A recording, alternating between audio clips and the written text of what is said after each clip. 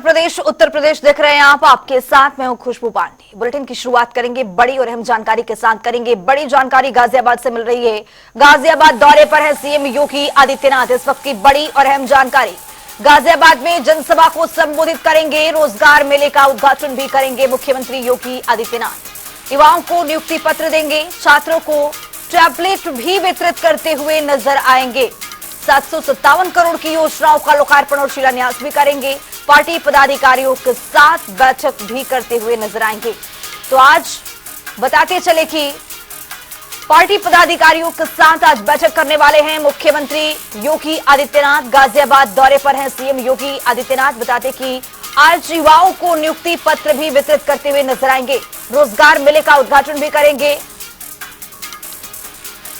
इसी खबर पर ज्यादा जानकारी के साथ हमारे वरिष्ठ सहयोगी टीएन मिश्रा जी हमारे साथ जुड़ चुके हैं। टीएन मिश्रा जी, आज गाजियाबाद के दौरे पर हैं योगी आदित्यनाथ और रोजगार मेले का उद्घाटन और शिलान्यास करते नजर आएंगे। अपडेट क्या कुछ? देखिए खुशबू, सीएम योगी आदित्यनाथ लगातार जो है जो रोजगार मेले का आयोजन कर रहे हैं। यूपी के अलग अलग इलाकों में जो जो लोग भर्ती हुए, जहाँ नियुक्ति पत्र बांटना उनका काम था, जो नौकरी में आए, तो इससे क्या है, सरकार की छवि से तो चुनाव के समय, लोकसभा चुनाव जब था, तो छवि ये सरकार ने, बीजेपी विपक्ष ने बना दी, सरकार युवाओं को रोजगार नहीं दे रही, बेरोजगारी बढ़ रही है। तो उसको काटते हुए उन्होंने जो है आगे बढ़ते हुए किया कि अब लोगों की टैबलेट का वितरण, स्मार्टफोन का वितरण कार्यक्रम भी लगाया। और जो आज गाजियाबाद में कार्यक्रम होगा रामलीला मैदान में, तो वहां पर जो ऋण मेला भी होगा, स्मार्टफोन भी दिए जाएंगे। और ये जो है वहाँ पे 10,000 युवाओं से नियुक्ति वितरण किया जाएगा और 632 लाभार्थी हैं जिनको 327 करोड़ से अधिक का ऋण दिया जाएगा और 6,000 से अधिक युवाओं को स्मार्टफोन और टैबलेट दिए जाएंगे। तो इससे सीधी सी चीज ये है कि सरकार अपनी प्रगति का और सरकार अपनी जो है किस तरह जो विकास का काम कर रही है, कैसे बेरोजगारों के लिए काम कर रही है, साबित करना चाहती है। और सीएम योगी आदित्यनाथ में सफल भी साबित हो रहे हैं। और इसके लिए पुलिस कमिश्नर ने काफी इंतजाम भी किया है, पूरा इलाका बैरिकेड किया है और पूरे इलाके में जो भारी पुलिस बल तैनात किया गया है। और ये माना ट्रैफिक एडवाइजरी सुबह जारी कर दी गई थी कि लोग वैकल्पिक मार्ग से चले, जहाँ सीएम का कार्यक्रम हो उस इलाके से आवागमन से बचे। टीएन मिश्रा जी, आपसे एक चीज जानना चाहेंगे कि जिस तरह से मुख्यमंत्री सक्रिय हैं रोजगार मेले को लेकर, जगह जगह पर रोजगार मेले का आयोजन कर रहे हैं, नियुक्ति पत्र भी वितरित कर रहे हैं, टैबलेट भी वितरित करते हुए नजर आएंगे, कुछ दिन से सक्रिय हैं। लोकसभा चुनाव में जिस तरह से बड़ा झटका लगा है, उसके बाद से रोजगार मेले पर ज्यादातर ध्यान दिया जा रहा है। लोगों के बीच में संदेश किस तरह की, और सवाल ये भी कि इस टैबलेट वितरण से, रोजगार मेले से क्या जनता को वाकई में फायदा होगा? बच्चों तक ये सारी चीजें पहुंच रही हैं? देखिए, जनता को फायदा हो या न हो ये तो दूर की बात है, लेकिन इतना जरूर है सीएम अपनी छवि क्लियर कर रहे हैं और अपनी सरकार को दिखा रहे हैं कि हमारी सरकार लगातार बेरोजगारों के लिए काम कर रही है। और टैबलेट वितरण, देखिए 6,000 लोगों को टैबलेट देना कोई बहुत बड़ा काम सरकार की नहीं है। लाखों लोगों को जो पुरानी सरकार में टैबलेट और स्मार्टफोन मिलते रहे, तो ऐसा नहीं है। लेकिन सीएम खुद चाहते हैं कि वो जाएं और इससे अफसरों में मैसेज देना चाहते हैं कि जब सीएम खुद कार्यक्रम में आ रहे हैं तो वो भी जाएं। दूसरे मंत्रियों के लिए भी मैसेज है कि अपने विभागों खाली जगहों को भरें, बेरोजगारों को रोजगार दें। तो वो लोकसभा चुनाव में क्लियर विपक्ष जो मुद्दा हमलावर रहा, उसमें सफल भी रहा वो कि जो है बेरोजगारी यूपी में बहुत बड़ी है और बेरोजगार नहीं मिल रहा। तो इसी को काट में है। और सीएम योगी आदित्यनाथ रोजगार मेला का आयोजन कर, चाहे यूपी का, चाहे लखनऊ में हो, चाहे जो मंडल है वहां पे कर रहे हैं, और अब चीजों में ज्यादा करके वहां भी कर रहे हैं। वो भले लड़के वही है, लेकिन जो है इनको उस इलाके के हैं, इसलिए वहां जाकर उनको सर्टिफिकेट देंगे और वहीं जाकर उनको पुरस्कृत करेंगे। इससे क्या होगा, उनको नियुक्ति पत्र देंगे, तो उस इलाके में मैसेज जाएगी कि हमारे इलाके के लोगों को रोजगार सरकार ने दिया है। बहुत शुक्रिया टीएन मिश्रा जी तमाम जानकारी साझा करने के लिए। जिस तरह से हमारे संवाददाता जानकारी दे रहे थे कि सरकार अपने रोजगार मेले को लेकर उद्घाटन तो कर रही है, शिलान्यास किया जा रहा है, बच्चों तक क्या योजनाएं का ये लाभ पहुंच रहा है, ये भी देखना दिलचस्प होगा। लेकिन बताते चले कि आज गाजियाबाद के दौरे पर है सीएम योगी आदित्यनाथ, छात्रों को टैबलेट वितरण करते हुए नजर आएंगे।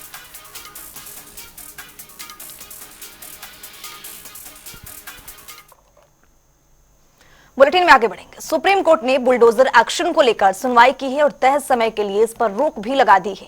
इस पर अखिलेश यादव ने बयान दिया है कि भाजपा सरकार पर निशाना साधते हुए उन्होंने कहा है कि बुलडोजर विपक्ष की आवाज को जानबूझकर दबाने के लिए चलाया गया है। इस निर्देश के लिए मैं सुप्रीम कोर्ट को धन्यवाद देता हूं, जिससे बुलडोजर बंद हो गया है। सरकार अगर घर, मकान किसी के गिराने के लिए बुलडोजर इस्तेमाल कर रही थी, सुप्रीम कोर्ट ने अंततः उसको रोक लगाया है। एसडीएम में अगर ऊपर से नीचे तक आप अधिकारियों को देखेंगे, एक ही तरह के अधिकारी पोस्ट हैं। उन अधिकारियों को पोस्ट किया है जो सरकार को खुश रख सके, सरकार के कहने पे चल सकें, नियम कानून और जो अधिकार होते हैं उनसे ऊपर काम करें। इसीलिए एक तरह के लोगों को उन्होंने उसके अंदर शामिल किया है। आप देखिएगा एक दिन एसटीएफ में भी वो लोग परिवर्तन होगा। जो लोग आज बैठे कुर्सी पर हैं उनके खिलाफ कभी जांच होगी तो उन्हें भी बहुत कुछ चीजों का सामना करना पड़ेगा। बुलडोजर एक्शन पर सुप्रीम कोर्ट के अंतरिम ऑर्डर पर मायावती ने इस पर पोस्ट लिखा है। देखते हैं क्या कुछ लिखा है। मायावती ने लिखा है कि बुलडोजर विध्वंस कानून का राज का प्रतीक नहीं होने के बावजूद इसके प्रयोग की बढ़ती प्रवृत्ति चिंतनीय है। वैसे बुलडोजर व अन्य किसी मामले में जब आम जनता उससे सहमत नहीं होती है तो फिर केंद्र को आगे आकर उस पर पूरे देश के लिए एक समान गाइडलाइंस बनाना चाहिए, जो नहीं किए जा रहे हैं। बसपा सुप्रीमो मायावती की ओर से ये पोस्ट पर लिखा गया है। वरना बुलडोजर एक्शन के मामले में माननीय सुप्रीम कोर्ट के हस्तक्षेप किया गया है। इसमें दखल देकर केंद्र सरकार की जिम्मेदारी को खुद तय किया गया है। केंद्र और राज्य सरकार संविधान और कानूनी राज के अमल होने पर बुलडोजर विध्वंस कानून का राज का प्रतीक नहीं होने का भी यहां पर एक संदेश देते हुए मायावती की ओर से पोस्ट किया गया है। कांग्रेस प्रवक्ता अंशु अवस्थी का एक बड़ा बयान सामने आ गया है। उन्होंने कहा है कि उच्चतम न्यायालय के बुलडोजर के निर्णय को हम स्वागत करते हैं। माननीय उच्चतम न्यायालय के फैसले से साफ हो गया है कि उत्तर प्रदेश की योगी सरकार संविधान विरोधी है और असंवैधानिक कार्य कर रही है। सरकार के ऊपर करारा सबक है ये, जो प्रदेश में वो बुलडोजर के दम पर एक भय का माहौल बनाने की कोशिश कर रहे थे, जाति और धर्म देखकर बुलडोजर चला रहे थे। उस पर माननीय उच्चतम न्यायालय ने आज एक निर्णय देकर सबक सिखाने का काम किया है। भाजपा की सरकार प्रदेश में जनता से जुड़े मुद्दों को छोड़कर सिर्फ और सिर्फ एक गुंडागर्दी पुलिस स्टेट बनाने की कोशिश कर रही थी।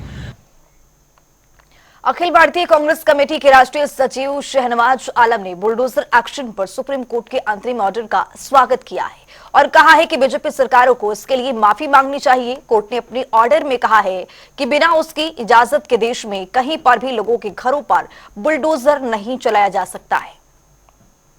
सुप्रीम कोर्ट के फैसले का कांग्रेस पार्टी स्वागत करती है। दो सबसे अहम बातें आज सुप्रीम कोर्ट ने कही हैं। एक तो ये कि किसी का भी घर गिराया जाना अनकॉन्स्टिट्यूशनल है। दूसरी बात कि कार्यपालिका जज नहीं हो सकती। तीसरी बात, इसी आधार पे जो निष्कर्ष निकला सुप्रीम कोर्ट का, वो ये कि हमारे आदेश के बिना किसी का भी घर भविष्य में नहीं गिराया सकता। इसका सीधा मतलब ये है कि अब तक जो भी घर गिराए गए हैं, बुलडोजर चलाए गए हैं, वो सब अवैध है। अब जब कोई घटना अवैध होती है और उसमें राज्य शामिल हो तो उसकी क्षतिपूर्ति करने की जिम्मेदारी भी राज्य की होती है। योगी सरकार के मंत्री आशीष पटेल बस्ती पहुंचे हैं, जहां उन्होंने विकास कार्यों की समीक्षा के लिए कार्यकर्ताओं और अधिकारियों के साथ एक बड़ी बैठक की है। इस दौरान उन्होंने सरकार के जरिए चलाई जा रही योजनाओं की जमीनी हकीकत के लिए दिशा निर्देश भी दिए हैं। जिसके बाद मंत्री आशीष पटेल ने दिल्ली के सीएम आतिशी पर कटाक्ष किया है। उन्होंने कहा है कि आतिशी रिमोट से सरकार चलाएंगे। देखिए, हमारी सरकार जनहित के हर आवश्यक काम करती है और आज तो माननीय प्रधानमंत्री जी का जन्म दिवस है और हम उनके जन्मदिन पर उनके कार्यों से प्रेरणा लेकर के सरकार चलाने का काम करते हैं। तो निश्चित तौर पे हमारी सरकार हर वो काम करती है जो जनता के हित में।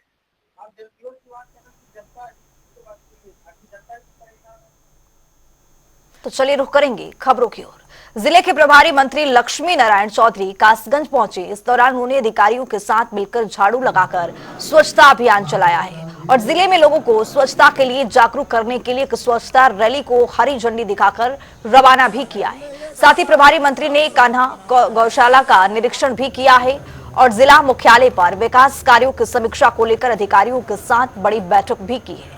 जिसके बाद मंत्री लक्ष्मी नारायण चौधरी ने जिला अस्पताल का निरीक्षण किया और रक्तदान शिविर का शुभारंभ भी किया है।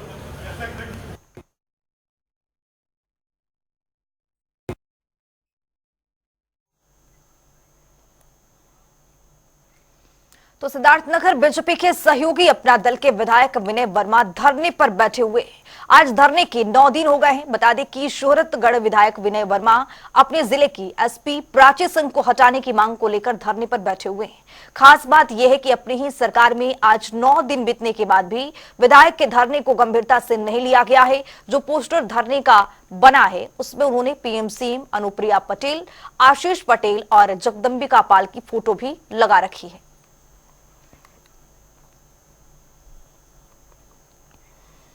इसी बीच एक बड़ी जानकारी सामने आ रही है, उससे भी आपको रूबरू कराएंगे। लखनऊ से बड़ी और अहम जानकारी से आपको रूबरू कराएंगे। बच्चों के दिल की बीमारी के लिए अस्पताल बनेगा, ये बड़ी जानकारी। पीजीआई में 200 बेड के अस्पताल का निर्माण होगा। तो वहीं आपको बता दें कि अगले महीने से अस्पताल का निर्माण शुरू हो जाएगा। मुख्यमंत्री योगी आदित्यनाथ शिलान्यास करते हुए नजर आएंगे। तो बच्चों के दिल की बीमारी के लिए एक अस्पताल बनाया जाएगा। पीजीआई में 200 बेड के अस्पताल का निर्माण किया जाएगा, जिसका मुख्यमंत्री शिलान्यास करते हुए नजर आएंगे। तो अगले महीने से अस्पताल का निर्माण शुरू हो जाएगा। मुख्यमंत्री योगी आदित्यनाथ शिलान्यास करते हुए नजर आएंगे।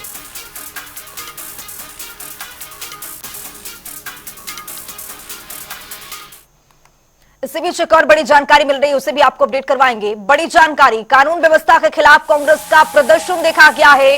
भाजपा सरकार के खिलाफ कांग्रेस का प्रदर्शन देखा गया है। प्रदर्शन में कांग्रेस के वरिष्ठ नेता शामिल हैं।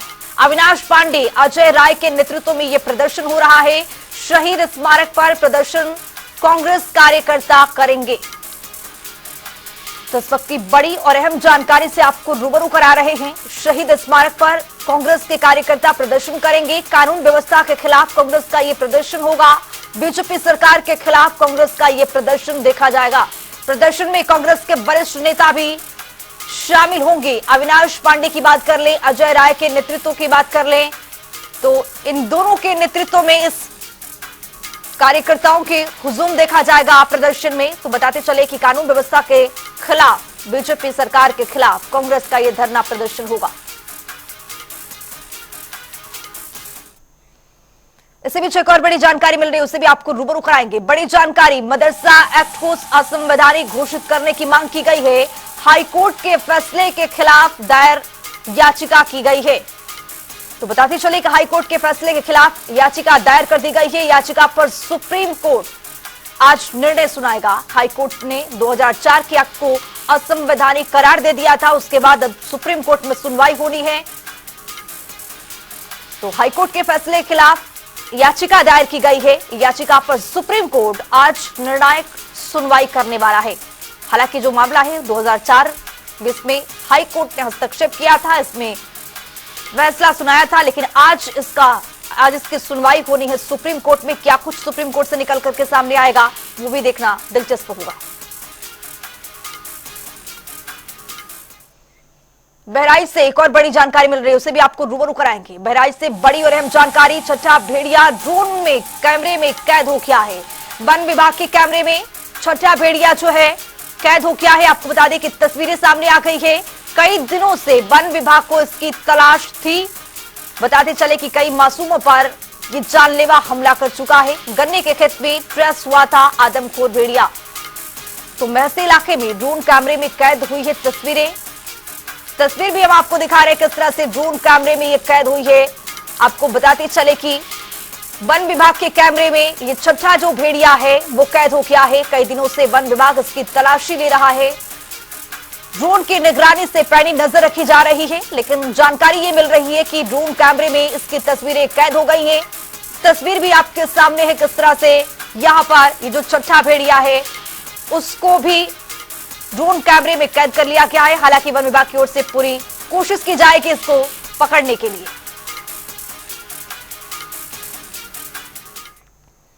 बुलेटिन में आगे बढ़ेंगे। पितृपक्ष की शुरुआत हो चुकी है। सनातन हिंदू धर्म में पितृपक्ष में पिंडदान का विशेष महत्व है। ऐसी मान्यता है कि इन दिनों में पूर्वजों को किए गए पिंडदान का फल उन्हें प्राप्त होता है और मोक्ष मिलता है। वहीं लोग अपने पितरों के तर्पण के लिए गया धाम भी जाते हैं। तो वहीं तीर्थ पुरोहित कहते हैं कि पहला पिंडदान प्रयागराज में होता है। यही वजह है कि पितृपक्ष में बड़ी संख्या में श्रद्धालु संगम में आकर पुरखों का तर्पण और पिंडदान करते हैं। संगम नगरी प्रयागराज इस समय हम खड़े हैं संगम तट पर और आपको बता दें कि जहां पितृपक्ष की शुरुआत हो गई है और मोक्षदायिनी गंगा में लोग आस्था की डुबकी लगा रहे हैं। लाखों की तादाद में श्रद्धालु यहां पहुंच रहे हैं क्योंकि प्रयागराज को प्रथम और मुख्य द्वार माना गया है और आज अपने पितरों का पिंडदान श्राद्ध तर्पण करने के लिए लोग संगम पहुंच रहे हैं। और आपको बता दें यहाँ पर विधि विधान से यहाँ लोग संगम में आस्था की डुबकी गंगा में लगा रहे हैं और गंगा में डुबकी लगाने के बाद अपने बाल बनवा रहे हैं और अपने पितरों को खुश करने के लिए पितृ पक्ष पे पूरी तरह से यहाँ पर तैयारी कर रहे हैं और यहाँ पर पूजा अर्चना हो रही है और लोग अपने पितरों का पिंड दान कर रहे हैं और साथ ही तर्पण कर रहे हैं। इस बार क्या कुछ खास है हम वो भी जानेंगे। फिलहाल लगातार आपको हम दिखा रहे हैं यहाँ पर श्रद्धालुओं की भीड़ है, सैलाब उमड़ा है। हमारे साथ गोपाल, ये बताइए आज पितृपक्ष की शुरुआत होगी, क्या महत्व है, क्या खास है इस बार? आज का दिन हिंदू धर्म के लिए, सनातन धर्म के लिए बहुत खास दिन आज है। आज इसको महालया भी कहते हैं और आज के शुरू हमारे जो पूर्वज हैं, जो पिता है, माता है, जो दिवंगत हो गए हैं, उनके लिए आज हम श्राद्ध करेंगे, तर्पण करेंगे। आज से पूजा शुरू हो जाएगा और उसके साथ साथ आज संगम पर यहाँ भादो महीने का आखिरी दिन है, पूर्णमासी है। पूर्णिमा के दिन जो भगवान की पूजा करते हैं, भगवान कृष्ण की आराधना करते हैं, बलदाव पूजा करते हैं, उनको फल की प्राप्ति होती है। हमारे तीर्थ में जाने से हमारे पितरों का स्वर्गवास होता है और आज ही दिन लोग कम से कम अधिकतर संख्या में गया जाते हैं, वहां जाके पिंडदान करते हैं पितरों के लिए, उनका कल्याण के लिए इत्यादि जो कुछ भी आप करेंगे उनका जो कल्याण होगा, उनके काम के कर्म हमारे परिवार का कल्याण होगा। हमारे माता पिता के पुण्य से हमारे बच्चे, नाती पोते सब सुखी रहेंगे, उन्हें कोई रोग नहीं होगा, कोई कष्ट नहीं होगा। जो भी संगम में आता है प्रयागराज में आकर के इस दिन आज हमारे ये जो आज का दिन है पूर्णमासी के दिन, और आज पूर्णिमा प्लस परिवार दोनों है, इससे भीड़ बहुत ज्यादा आप यहाँ पर आप देख ही रहे हैं। 15 दिनों के लिए कहते हैं पितृ जमीन पर आते हैं, पितृ 15 दिनों के लिए पृथ्वी पे आते हैं और संगम जो है पहला मुख्य द्वार कहा जाता है प्रयागराज को। क्या मुख्य प्रयाग है, मुख्य इसके पश्चात काशी है, नाभि और चलन गया है। ये तीनों तीर्थ, क्योंकि जो व्यक्ति यहाँ पर पिंडदान करना है घर पे करके जब गया जाएगा तो घर पे करने के बाद पश्चात प्रयाग आएगा, प्रयाग करेगा, प्रयाग बाद काशी जाएगा, वहां पर करेगा, उसके बाद रास्ते में जाएगा पुनपुन नदी है वहां करे, उसके पश्चात जाके गया में पिंडा करते। ये यहाँ महत्व है, गया अंतिम है और जो लोग गया पिंडा कर लेते हैं तो उनको फिर कोई अवसर नहीं करने की, लेकिन हाँ तर्पण त्याग करा करते हैं, हमारे परिवार कल्याण होता है, ये हमारी सत्य बात है। तो हमारे साथ गोपाल जी थे जिन्होंने बताया किस तरह से महत्व और किस तरह से पूजा अर्चना होती है, पहले प्रयागराज, फिर काशी और फिर गया। इस तरह से यहाँ पर हो गया में करने के बाद सारी चीजें फिर उनको पिंडदान हर साल नहीं करना पड़ता है, भले ही वो तर्पण करें, श्राद्ध करें, उनके नाम पर जो भी दान करना हो दान करें। मगर आज से जहाँ पितृपक्ष की शुरुआत हो गई है और संगम में भारी तादाद में लोग पहुंच रहे हैं और आस्था की डुबकी भी लगा रहे हैं। जनता टीवी के लिए सैयद मोहम्मद आमिर, प्रयागराज। बुलेटिन में वक्त है ताबड़तोड़ खबरों का। मिर्जापुर में पुलिस और अपराधी में मुठभेड़, अपराधी को लगी है गोली, पुलिस ने किया है गिरफ्तार। फरुखाबाद में सड़क पार कर रही अधेड़ महिला को बाइक सवार ने मारी है टक्कर, महिला की हुई मौत, अस्पताल में कराया गया भर्ती। फतेहपुर में फर्जी वेबसाइट बनाकर जमा कराए गए 11,80,000 रुपए, पुलिस ने पश्चिम बंगाल से नटवर लाल को किया है अरेस्ट, यूपी समेत कई राज्यों में लोगों को बना चुका है अपना शिकार। अलीगढ़ में चिटफंड कंपनियों में पैसा निवेश करने वाले निवेशकों ने कलेक्ट्रेट में सिटी मजिस्ट्रेट को दिया है ज्ञापन, जल्द पैसा न मिलने पर जेल भरो आंदोलन का किया ऐलान।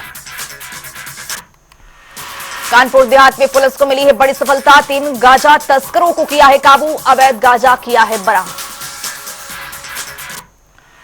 कानपुर में 4 लापता नाबालिगों को 72 घंटे बाद पुलिस ने हरियाणा से किया है बरामद, एक युवक को भी किया है काबू।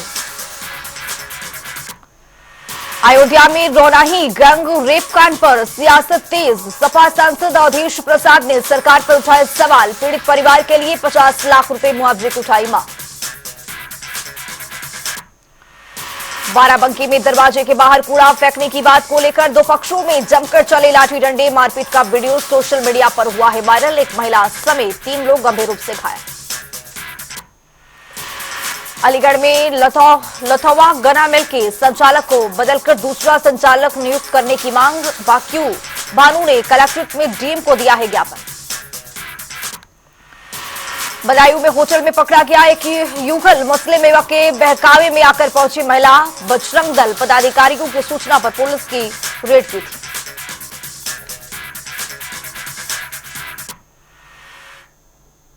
फिलहाल इस बुलेटिन में अभी के लिए इतना ही। देश और दुनिया की तमाम खबरों के लिए बने रहिए जनता टीवी के साथ।